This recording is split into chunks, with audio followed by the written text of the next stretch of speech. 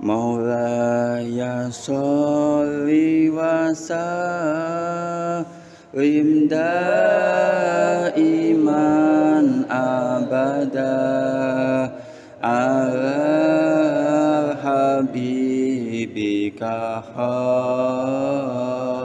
khairil khalqi kullihim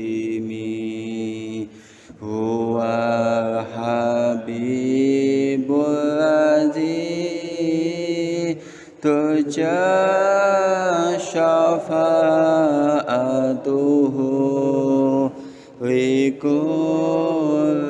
hawli minal ahwali muqtahimin ya Rabbi bil Mustafa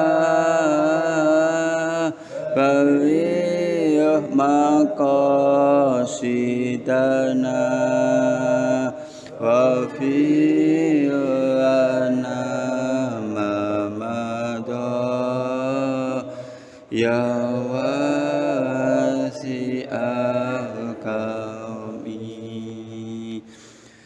Allah sahajim sahajim ya khadat Nabi Muhammad SAW. Dia arham rahim asyhadu Muhammad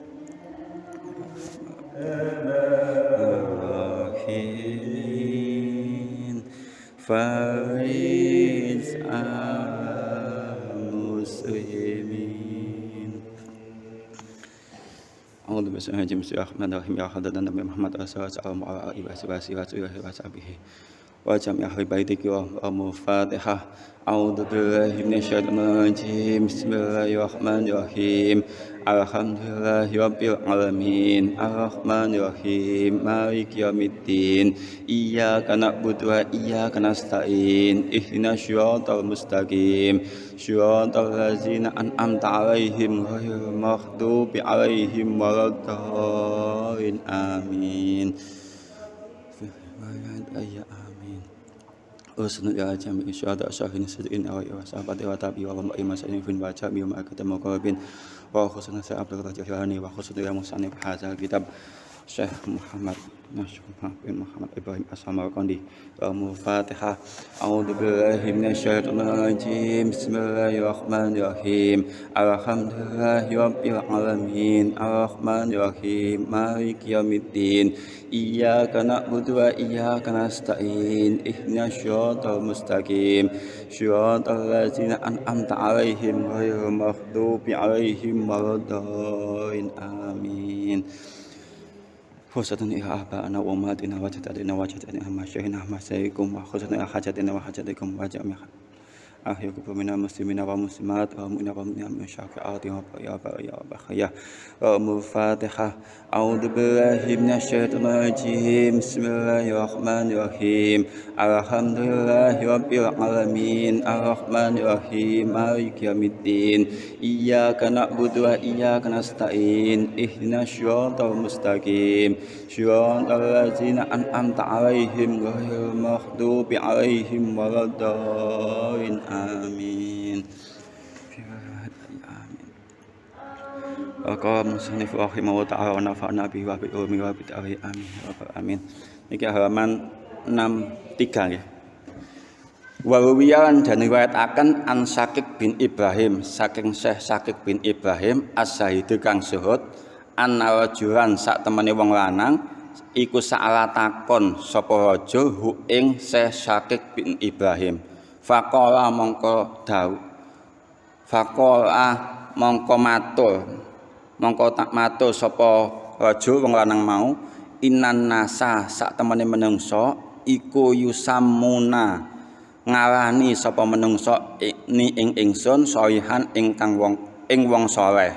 Fakaifa mongko hawe kaya apa aklamu ngawruhi ingsun ani sak temene ingsun iku soihun wong saleh au hayu soihin utawa liyane wong saleh. Faqala mongko jawab sapa lahu maring raja sapa Syekh Syakik rahimahullah taala.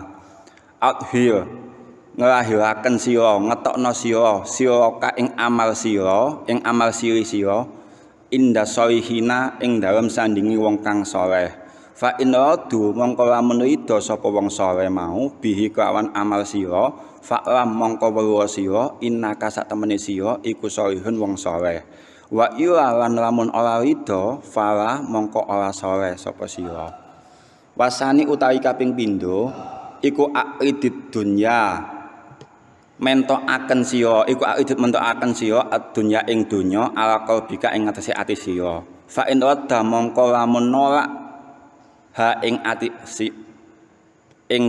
ing ati sira fa lam mongko weruh sira anaka sak temene sira iku salihun wong kang saleh wa salisun utawi kaping telu iku aqidid mentokaken sira al mauta ing mati al nafsika ing ngatasi awak sira fa in tamannat mongko lamun ngarep-ngarep sira hu ing mati fa mongko weruh sira anaka sak temene sira iku salihun wong kang saleh wa ila lan lamun ora fala mongko ora saleh sapa sira fa izat tamaat mongko nalikane kumpul fika ing dalem sira apa hazi salah mengkono sifat telu iki mau fatadara mongko ngendek DP akan sira ya Allah taala maring Gusti Allah taala Wika ya tak khuraya dapun yen tok ora mlebu apa aliya fi amalika ing dalem amal sira fayab sudah mongko nalika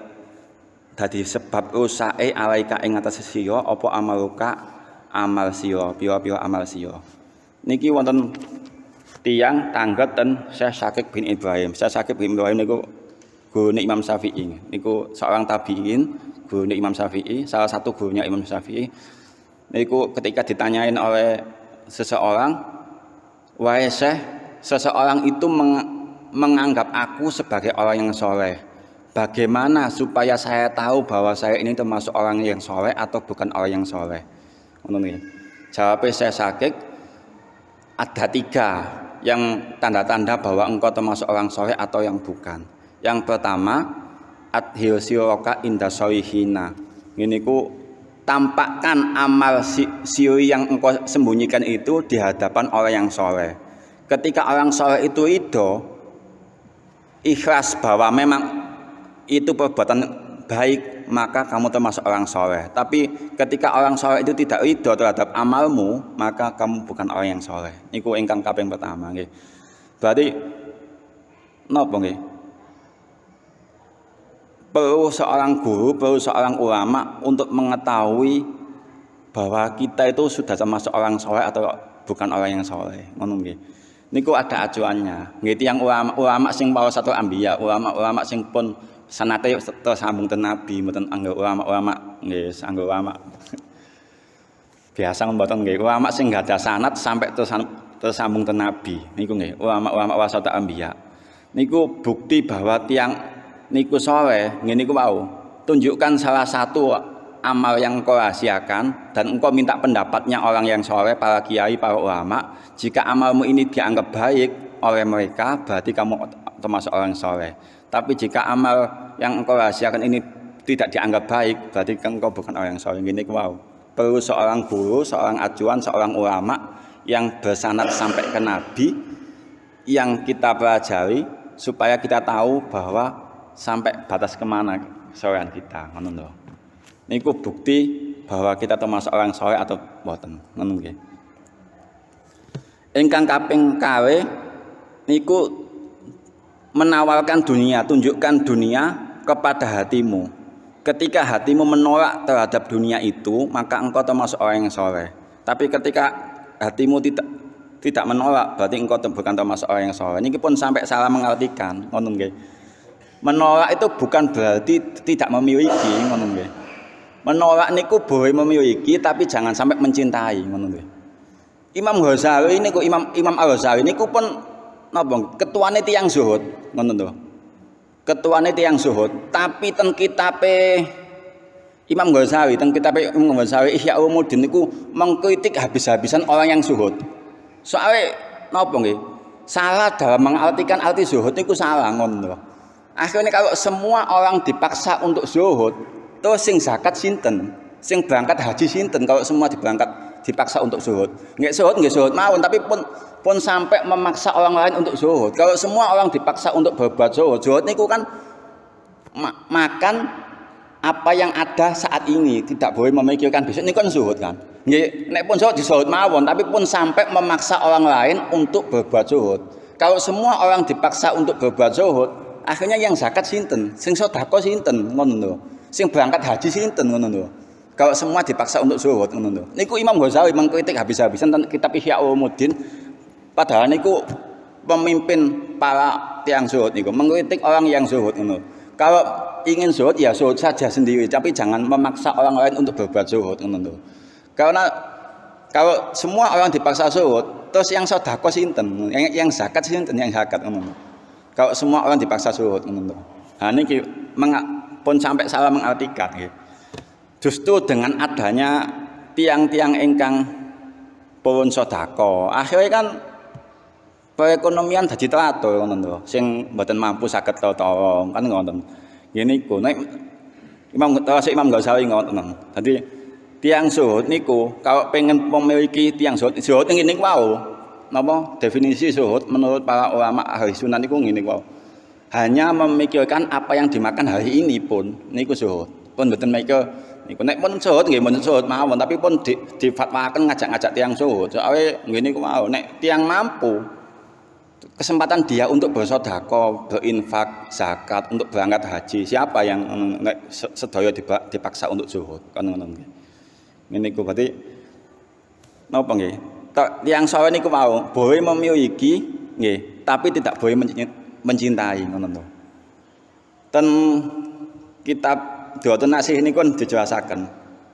Niki wonten hadis sami-sami pengen masuk surga duluan antara tiang yang kaya dermawan nggih, tiang miskin yang sabar, terus tiang yang mati syahid. Antara tiga orang ini berebut ingin masuk surga duluan. Siapa yang masuk surga duluan di antara tiga orang ini? Orang miskin yang sabar, orang kaya yang dermawan, dan orang yang mati syahid, mati di jalan Allah. Mereka berebut, gak bisa. Aku sing istimewa, aku berjuang nang Gusti Allah, aku sampai mati. Jadi saling berebut satu sama lain. Akhirnya Jibril dikengken kalian Gusti Allah untuk turun untuk menengahi tiga orang itu. Ngono. Sebentar gini ya, daripada kalian ribut, saya panggilkan guru kalian, guru yang telah mengajari kalian bagaimana pendapatnya tentang kalian bertiga. Jadi tiga orang yang berebut ini dipanggilkan gurunya, kiainya untuk menengahi dari tiga orang itu. Ngono. Dan ketika gurunya datang, akhirnya pas ditanyai, kamu tahu bahwa sedekah iku apik, infak iku apik, zakat apik teko sapa? Nggih, dari guru saya, dari kiai saya ngono. Kamu tahu kalau miskin sabar itu baik dari siapa? Dari guru saya. Kamu tahu kalau mati syahid di jalan Allah itu baik dari mana? Dari guru saya. Akhirnya ketiga orang itu sepakat untuk menyuruh gurunya masuk surga duluan. Tapi jawab gurunya apa? Saya bisa berdakwah seperti ini, saya bisa memperjuangkan agama Islam ini karena bantuan dari orang yang kaya. Ngono. Maka saya mempersilakan orang yang kaya tadi untuk masuk surga duluan. Sampai kayak ngoten sampean. Ayo padahal pun sepakat tiga-tiga niku bahwa berharap gurunya yang masuk duluan. Tapi gurunya mempersilakan orang yang kaya dermawan untuk memberikan karena napa? Perjuangan ini kudu disokong kali tiang-tiang sing dermawan ngono lho. Ngene iku wae. Nggih, kita pun sampai mengartikan arti zuhud niku ngoten. Nggih. Boleh memiliki tapi jangan sampai mencintai yang berlebihan. Kalau mencintai berlebihan gini mau nek pun ilang kan sumpek menganggap bahwa segalanya kan ngono. Ngene kok. Zuhud niku ngene kok. Mau zuhud nggih zuhud mawon tapi pun difatwakan mengajak tiang-tiang untuk zuhud ngono. Nggih, akhirnya kan perekonomian saged teratur gara-gara wonten sing tiang dermawan kan ngono. Meskipun misalkan kita kok agak medit sedekah ngono kate infak kok medit kate zakat kok medit nggih minimal kita niku mau belanja ngono lho. Belanja niku kan bentuk sedekah secara tidak langsung kan. Kalau kita memberi keuntungan pedagang nggih 1.000 nggih niku kan mboten sungkan kan. Pedagang ini mboten sungkan daripada kita memberi langsung 2.000 ke orang lain tanpa pedagang. Niku kan kelihatannya mau seakan-akan direcehkan. Tapi kalau kita menjual beli, memberi keuntungan, yang jual gak merasa direcehkan, gak merasa diberi, yang memberi juga gak merasa memberi kan ngono. Itu sedekah secara tidak langsung. Kalau kita misalkan medit gak mau sedekah atau alas-alasan untuk infak, cara yang lain adalah yaitu jangan, pokoknya usahakan kita untuk sering berbelanja lah. Belanja itu kan bentuk sedekah kita kepada baik. Ngono. Ini. Niku nggih, ingkang kaping 3 niku wau. Tawarkan kepadamu sebuah kematian. Ketika engkau hatimu itu rindu tentang kematian, maka engkau termasuk orang yang soleh. Tapi ketika hatimu menolak tentang kematian, bahwa engkau bukan termasuk orang yang soleh. Ngono nggih. Nah niki tingkatan tiang hakikat sampai tiang syariat itu benten. Menurut tiang syariat bahwa hidup itu ya seperti kita ini itu hidup. Ketika roh dan jasad berpisah itu mati. Menurut tiang syariat itu ngonten. Tapi menurut tiang hakikat mboten, kebalikannya ngoten lho. Bahwa ketika jasad dan roh itu bersatu, niku bagi mereka itu mati ngoten lho. Karena kenapa? Roh itu tidak butuh makan, tidak butuh minum. Ngono lho, gara-gara roh itu bergabung ten jasad, akhirnya kan roh niku tersiksa kan. Nek kate apa-apa butuh mangan. Nek mangan kudu kaca sik sing halal. Tersiksa kan. Oh ibet ngono lho. Nggih kaya ngoten. Nah, yang hakikat itu mengartikan bahwa kondisi saat ini itu kondisi mati. Jadi kondisi hidup itu ketika roh itu sudah berpisah dengan jasad, ngono lho. Karena roh itu tidak butuh makan, roh itu tidak butuh minum, tidak perlu sakit. Roh itu tidak butuh ngoten. Jadi menurut yang hakikat niku roh niku ketika masuk dalam jasad niku tersiksa, ngoten lho. Nek sakit kudu nggawe obat, nek uwe kudu maem ngono. Niku yang hakikat niku ngoten. Jadi arti mati niku justru saat ini niku, saat mereka sudah berpisah dengan jasadnya, mereka itu sudah merasakan hidup. Niku menurut yang hakikat niku koyo ngoten. Wali-wali Allah niku la khaufun 'alaihim wa la hum yahzanun kan. Pun tidak takut tentang apa yang terjadi, tidak pernah khawatir tentang kehidupannya, tidak pernah takut mati, tidak pernah takut hidup biasa. Menjalani hidup nggih seneng syukur tok ten Gusti Allah ngoten lho. Tidak kena hidup nggih pun syukur Gusti Allah, tidak kena mati nggih syukur ten Gusti Allah ngoten. Niku tiang-tiang zuhud niku ngoten. Tidak pernah merasa dirinya takut tentang apa yang menimpa dirinya, niku wali. Niku wali niku Gusti Allah niku ngoten. Nggih pokoke nek jenengan tingali ambek-ambek niki kan masalah atis. Kok misale wonten tiyang dianggap wali kok misale kok Mbah ana BBM ndak kok pedihan niku berarti mboten wali. Ngono nggih. Wali niku pun kuwatir terhadap apa yang menimpa dirinya itu pun mboten kuwatir niku wali pun. La khaufun 'alaihim wa la hum yahzanun. Inna awliya Allah la khaufun 'alaihim wa la hum yahzanun. Mereka tidak pernah takut, tidak pernah khawatir terhadap apa yang menimpa dirinya. Niku wali. Niku. Nggih. Tidak pernah takut menghadapi kehidupan, tidak pernah takut menghadapi kematian. Nggih, pokoke bentuk rasa syukur kepada Allah niku mau. Kuncine kita menganggap bahwa kita itu hamba, kita itu enggak penting. Yang penting itu Allah. Kehadiran kita tidak pernah direspon oleh alam, kematian kita juga tidak pernah direspon oleh alam. Ngono nggih. Jadi matahari tetap beredar meskipun tanpa kita, dengan kita matahari tetap beredar. Jadi enggak ada pengaruhnya ngono lho. Kalau kita menganggap diri kita penting, akhirnya kan ngoten mikir, meneh mlebu surga ana apa meneh mati hati mata husnul khotimah kan mikir koyo ngono nggih.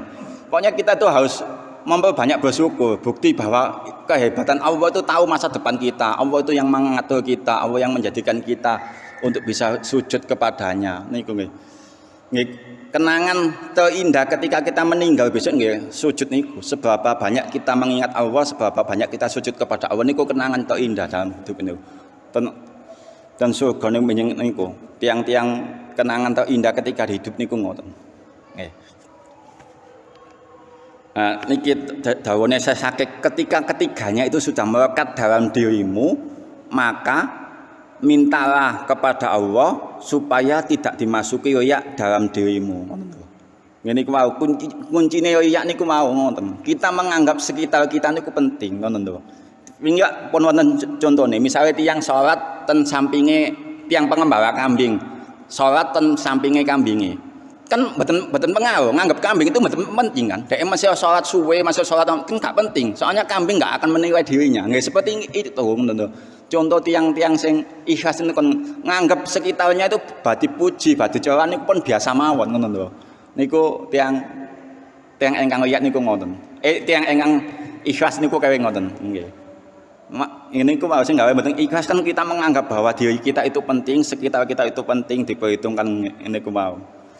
Kita harus yakin bahwa semua itu sudah Allah yang mengatur. Kenapa kita dijadikan manusia akhir zaman? Itu pun diatur pun Gusti Allah pun sampai komplain sampai ngene-ngene kadang.